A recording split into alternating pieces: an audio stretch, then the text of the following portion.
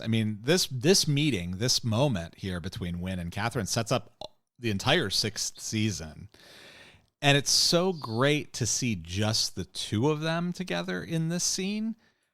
Mm-hmm. A full, 12 episodes before what they have in common is revealed.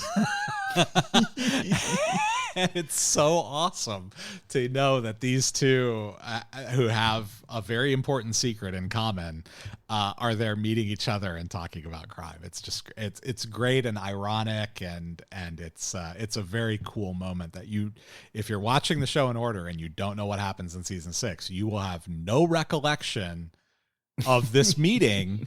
And it's so cool that it happened the way it did. So, but all right, so let's see, what else do we have here? Okay, so Danny and Daryl are working on a ringer for Dewey. So Dewey wants $250,000. They don't have $250,000. So what do? They fill. They collect as much loose cash as they can get from the hookers and themselves, and they wrap up a bunch of magazine cuttings and with bills on top and on the bottom, and try and pass it off as a ringer. They put it into what Raylan later calls a handsome attaché, and they construct themselves a ringer. And I have a clip of this.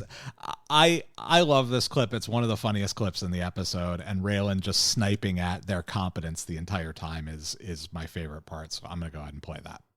I believe I've ever seen it so dead in here. It's like you got some kind of reverse incentive keeping folks away. Well, can't every day be Black Friday. Bound to have ebbs and flows. Today we had an ebb. I think people say the business model's idiot-proof. Speaking of which, where's Dewey? He ain't here. That's a handsome attaché. Was that alligator? This right here is pleather. Had me fooled. What's in it? Used condoms. You know, we gotta wash them out for reuse. This here's a green whorehouse. You know, let's crack it open. Make sure they're in compliance. No. As my sister here will tell you, if you want to see what's inside, you don't have to go on out and get yourself a warrant. Ain't that right, sister? Oh! Oh! It's a ringer. Ah! Look at that. Between that and the pleather, someone's gonna be in a world of disappointment getting this case. What the hell, man? What the hell is today is not gonna tolerate any of your bullshit day. You wanna test me? Hey, No. there ain't no cause for that, Marshall. Now, you're just putting a couple of innocents in jeopardy acting out like I this. swear I can't recall the last innocent I come across with a briefcase full of fake cash. All right, let's say you were going to arrest us right now so that we might enjoy our rights as citizens of a democracy. Under what charges would you detain us? Possession of newsprint? I ain't arresting you. I'm just confiscating what cash there is into Marshall's custody until you can prove whence it came. You want it? It'll be at the Lexington courthouse. Probably cost you more in gas than what's in there. Now, my earlier question. Where's Dewey? Man, ain't nobody seen him, man. Shit. Well, you won't mind if I look around, in case someone here has. I don't want to see any cars leaving while I'm here. You two get comfortable. Oh, shit. Oh. Wendy Crow sort of sort of becoming a one-woman sovereign citizen movement immediately. I know. I'd totally be right there with her too on that. If you want to arrest us so we can enjoy our rights as citizens. Yeah, I do love Raylan's response of, I have never seen anyone innocent with a ringer. There's clearly nothing good going on here with this thing. So yeah, Raylan confiscates the cash, asset forfeiture. We've talked about that before. It's a fascist enterprise, but they're very good at it. Yeah. And he then uses that ringer to get information from Dewey's whores, and goes full cop with them. And it's really interesting to see Raylan go. He doesn't normally do this, like go full cop. Like, he gets that authoritative tone, and it's just kind of a dick.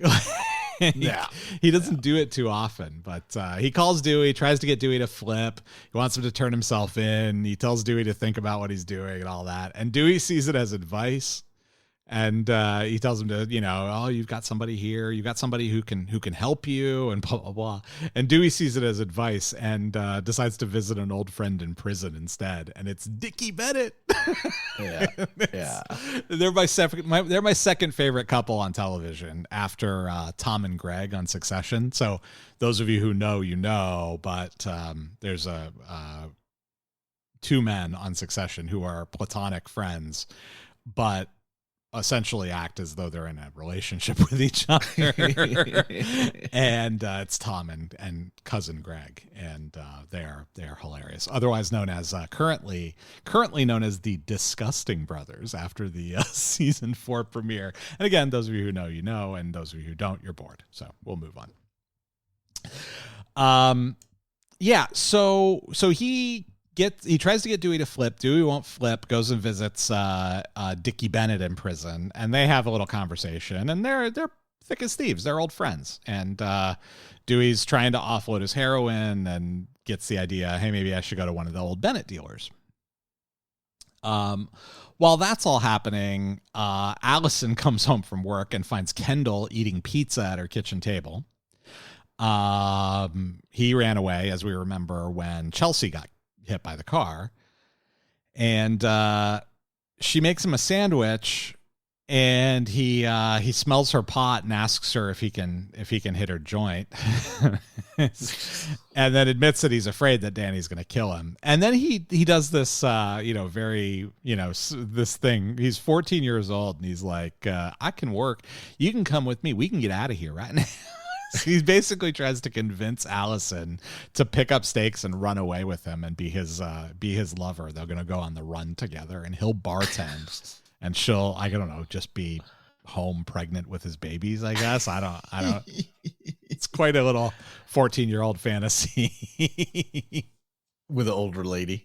With the older, yeah, exactly. Yeah. With the hot social worker, older lady, who's like, it's like the teacher that you had in middle school who was 23 or whatever. Yeah. That's basically the equivalent here. So, yeah. I think he smoked a little bit too much of the weed because I think he started when he was 12. So that kind of stunts your growth. I think he might have said 11 he started smoking. Or no, 11 is when he started driving. That's right. Yeah. He started driving when he was 11. That's right. Yeah.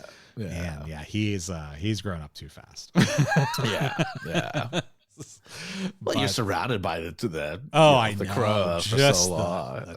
Terrible. Yeah, exactly. Oh, it's awful. And so Allison called Wendy to come and pick him up. So Wendy shows up and collects her son and takes him back to Audrey's. Raylan's running roadblocks looking for Dewey. He's got nothing. He gets a collect phone call from the prison, and I think what is the you have to record your name. There's a great commercial from the late 90s, I think it is, where you'd call collect, and you have to record your name, and the guy's name was Bob, and then the second when they asked him to record his last name, he goes, "We oughta baby eats a boy." And so he doesn't have to pay the collect call charge. And that's what I think of every time I see this episode. And I love this moment when Dickie Bennett calls, "Raylan, give us, don't hang up, it's Dickie Bennett." It's just it's the are collect calls even a thing now? They are absolutely a thing from prison. They are from prison, yes. Yeah. From jail or prison, they are absolutely a thing. Yeah, but like everywhere else, like international calls probably aren't now. Like if you're calling like somebody in France or something, or I don't know. I don't know if you can do like a collect international call anymore. I have no idea. But yeah, so you think about the 90s and you think about that stuff, right? Collect calls, like phone cards, like dial 10-10-220 before you dial your long distance number. Yeah. Because your phone company charged you a ridiculous, charged you 35 cents a minute to call the next town over or whatever. Yeah. Or it used to be long distance. It would be the whole thing with the even cell phones did it, right? Do you remember? Because I can't even think of the last time I got it, but I would get like random collect calls from prisons or. Oh, really? yeah, like just random, like I don't know, what are they doing? Just dialing whatever, like That's dialing weird. numbers. Misdialed the number, Yeah. or they said the number wrong to whoever was dialing the phone or whatever. I don't know. I guess I don't know, but yeah, but I haven't had one of those. I want to say it's probably been like 10 years, but I just remember getting those, and it would be like, okay, well, that's weird. I don't think I've only ever gotten one of those. Yeah. I had to go bail my roommate out of jail in college, but Oh, what did he do? Hey, Chris, don't hang up. I'm in jail. Well, my phone rang at 4 a.m, and it was a collect call from the city jail over in Hamilton. I was like, oh, okay, I better take this. Oh man, isn't that the worst, right? You had to get up. You just like, I had to bail somebody really out one time too. Yeah, actually, you know what's funny is I met my wife that day. Oh, did you? Later that day, I met my wife. Yeah, because right. I was tired and I had to bail him out, and I was telling her a story about how I had to bail him out of jail the night before, and that's why I was tired. So yeah, because it's never in the middle of the day. No, it's never in the middle of the day. Nope. He got pulled over. Where is he? He was coming back from somewhere. He got pulled over. He'd gotten a ticket, never paid it, so he had a bench warrant out for him in the town that he happened to get pulled over in. He was like terrible luck, like the double bad luck, and they just arrested him. And he says, he tells me after I pick him up and I'm bringing him home, he's like, man, I says, I was lucky because I had a roach in the ashtray and they didn't even check. Oh, jeez. So, yeah, that was back when having pot would be a problem. Yeah. Yeah. Not the case anymore. My bailout story is, it was my sister's ex-boyfriend. Or boyfriend at the time, and he got pulled over for like a GUI, but he pulled out, like, he acted like he was pulling out a weapon. It ended up being like a BB gun out of the glove box. I'm like, all right, it's weird. It's pretty dumb. Yeah. That's a good way to get shot. Is he a white guy? Yeah. Oh, okay. Yeah. Well, that's why he didn't get shot. Well, that's why he didn't get shot. Jesus. Thanks to the glorious services of the SDPD, the San Diego. Cow. Yeah. So I think I'm trying to remember where it was. I want to say it was like out in the middle of nowhere too. Like the holding facility is out like it wasn't in like downtown like San Diego. Oh yeah. It all depends on where you get pulled over too, like where they take you for processing. Like you don't always go to the downtown processing center in San Diego. Like if you get picked up on a traffic violation, you could get processed at one of those out facilities because they're just going to process and release you. So yeah. Well, anyway, that also happens to happen at like 3 a.m. or whatever it is. Oh, God. Yeah. So. Brutal. Yeah, that was a fun night. Anyway, Dickie and Raylan meet in prison, and I have the whole thing. It's a long clip, but I don't care. I don't have the whole thing. I have half of the whole thing. I'm like Dewey Crow, but I have the whole half. It's like, it's a little bit longer than our clips normally are, but I don't care because it's so good. And we'll talk about it when it's done, but I'm going to play it. Iggy, I would like transfer to long-term hospital care someplace way out of state, Raylan, way away from all these bad memories. Please, Raylan. and would you like that transferred by helicopter, or are you okay with just a van? Yeah, laugh it off, Raylan. But from what Dewey told me, this is a target worth hitting, Raylan. So, I'm gonna need you to hook me up with some serious rehabilitation, Raylan, for this lame-ass leg that you, Raylan, you played no small part in afflicting, Raylan. This right here. You ain't getting any transferred to a country club. And your legs are the way they are because you're an asshole who don't know when to quit. Just hold up, Raylan. But if you tell me what you have and it leads to an arrest, maybe we can talk about greater protections and freedoms within your stay here. Yeah. All right, Raylan. All right. You win. You want to find Dewey? Here's what you do. First of all, go to Gas and Go or whatever and get yourself a map of Kentucky. Mm-hmm. Follow Route 9 southbound with your finger. Follow it way, way down until you're pointing right at your asshole.